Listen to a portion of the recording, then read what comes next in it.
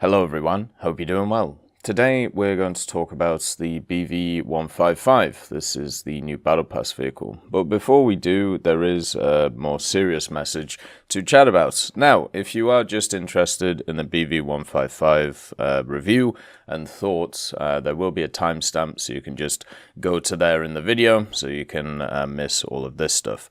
So just do that if you don't want to hear more about some updates and things like that. So, when it comes to the other stuff I want to talk about, it's a pretty simple equation, really. When it comes to YouTube stuff and when it comes to all of the stuff online, it has never been worth value-wise what I do or the time invested compared to the money that comes out of it. This has become worse and worse and worse as it goes along, but it is still not a huge, factor for me.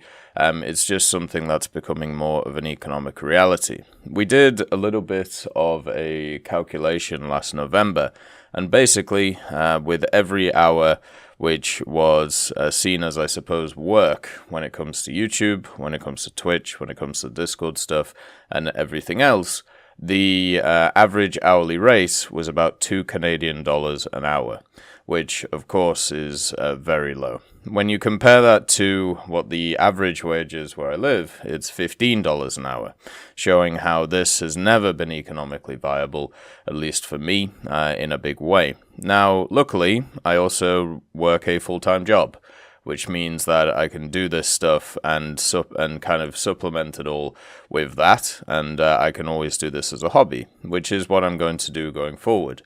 But also, there are, of course, economic realities.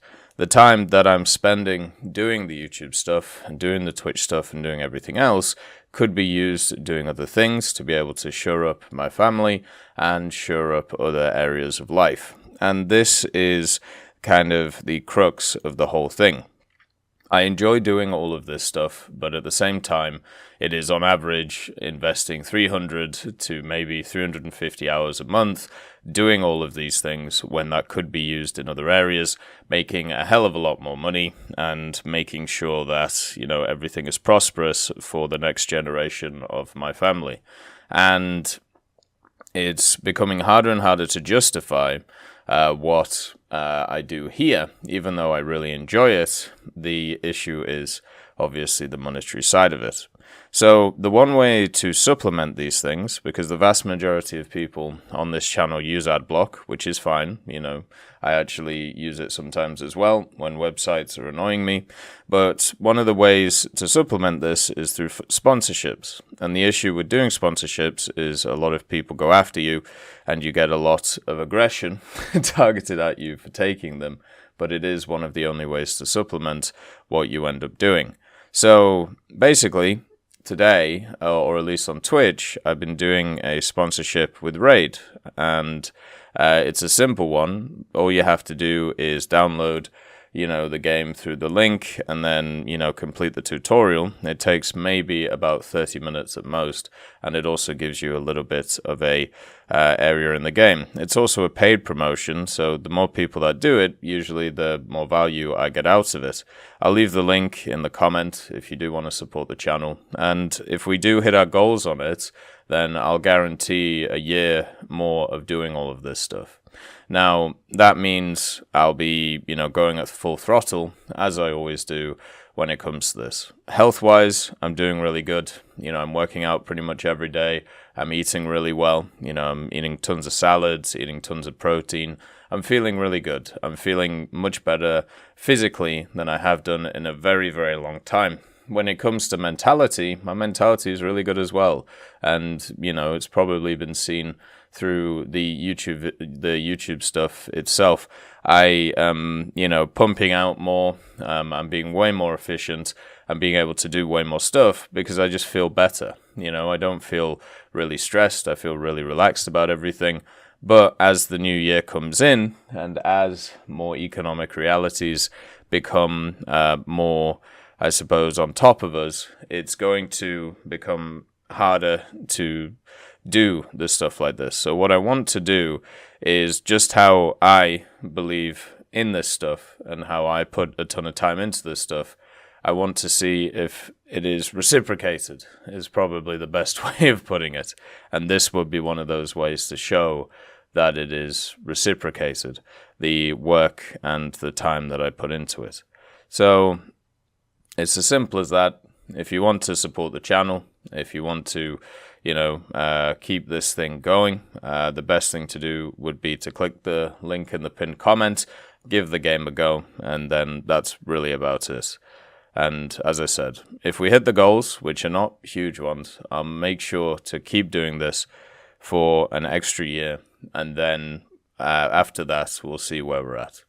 I know it's heavy topics. Usually people don't like talking about economy stuff, but I feel like I have to when it comes to this, just because I feel a lot of people think that the reason why a lot of my videos are longer, or a lot of the content is longer, is for monetary incentives, and the money is just not there. If anything, I actually hurt myself by doing longer videos, but that's what I like doing. As I said, most people run ad block, so you don't get any ad rates, or you don't get any real money from that. So the idea of longer is better is pretty ridiculous, and not a reason why I ever do long videos. This channel has only been monetized for about 2 years. Before then, I didn't make any money off of it, and I've been doing this for about 10 years. The money is not a huge factor in doing it, but as I get older and as things need to be more shored up, there needs to be some kind of reciprocation to kind of make sure that I'm going in the right direction when it comes to all of this stuff. Anyway, let's chat about the BV155. Thank you for listening to this. I won't make this a regular thing, but it has to be said at the end of the day. So hopefully you can support the channel by spending 20 to 30 minutes of your time, and just thank you. Simple as that. The BV155 is one of the weirdest vehicles that I've actually flown recently, and it kind of is the fact that it is such a weird design that it flies so oddly. This thing, I've actually gone 36 air kills and 6 deaths in, so a 6 KD with a 68% win rate. Over 16 battles, I was able to do that in. It's an interceptor, so it gets an airspawn, so it gets about 1,000 meter airspawn on most maps, which is quite nice, but it is supremely heavy, and even though it has a very powerful engine in the form of the DB603U, it is not powerful enough to get it an advantage when going up to altitude. By the time that you're at altitude, the fighters that took off from the ground are also going to be at altitude. So if anything, the interceptor spawn doesn't give it a altitude advantage, it just means that it's on par with everybody else, which I think is generally okay when it comes to the machine. It does mean that its role of bomber hunting is quite hard to do if the bombers know what they're doing. If they go straight towards bases, then you can still kind of catch them, but if they decide to climb a little bit, the BV is going to struggle in getting up there and also fighting a lot of the fighters. What you'll also find at 3.7 is the XP50 exists. Now, against every XP50 I played against, I did kill, but it wasn't because I had the energy advantage. What is the key to the BV155, weirdly enough, is its defensive flying capability. And I know that sounds really stupid, because this thing is built to go fast at high altitudes, but in War Thunder in Air Realistic, where I played it, you don't play at those massive altitudes. The highest you go at this BR is probably about 4.5 to 5k, which even then is not enough for the BV155 to really have its true power.